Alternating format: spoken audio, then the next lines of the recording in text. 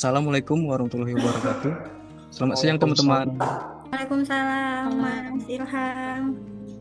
Hari ini kita akan berdiskusi mengenai implementasi nilai dasar ASN berakhlak, khususnya nilai adaptif. Tema yang kita ambil adalah inovasi layanan digitalisasi pertanahan oleh Kementerian ATR BPN. Mari kita mulai. Menurut pendapat Mas Agus, bagaimana implementasi nilai dasar adaptif terhadap inovasi layanan digital di tempat kerja Mas?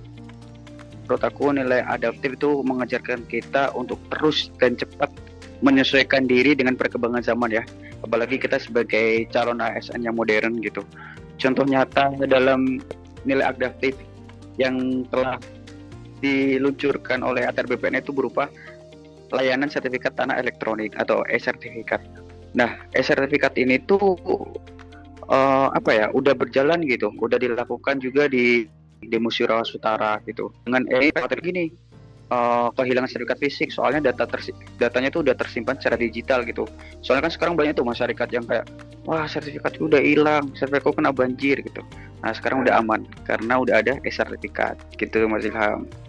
Oke Mbak, menurut pendapat Mbak Harvina, bagaimana inovasi layanan digital di tempat kerja Mbak Harvina?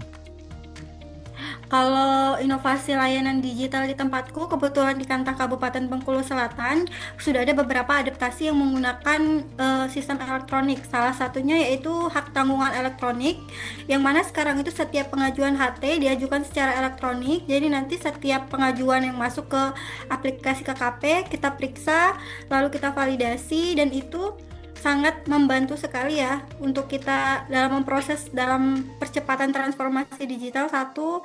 Terus yang kedua, kita jadi minim bertransaksi dengan pemohon untuk meminimalisir hal-hal yang enggak kayak gratifikasi seperti hal itu. Baik Mbak, berarti inovasi ini memberikan Inovasi-inovasi. efisiensi dan transparan dan sesuai dengan tuntutan zaman ya Mbak. Ya, betul sekali. Mengutamakan transparansi dan efisiensi.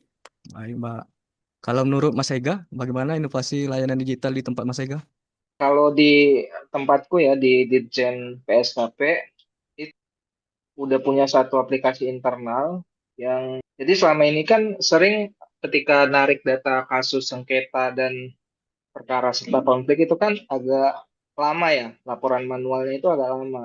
Dan sekarang itu udah ada aplikasi internal yang di dalamnya udah ada fitur dashboard untuk narik data satu Indonesia. Jadi Jadi kalau atasan itu mau ngambil keputusan tentang tren data sengketa konflik perkara itu bisa lebih cepat dan ini nunjukin kalau Dirjen PSKP itu udah adaptif banget sama perkembangan teknologi sekarang itu sih.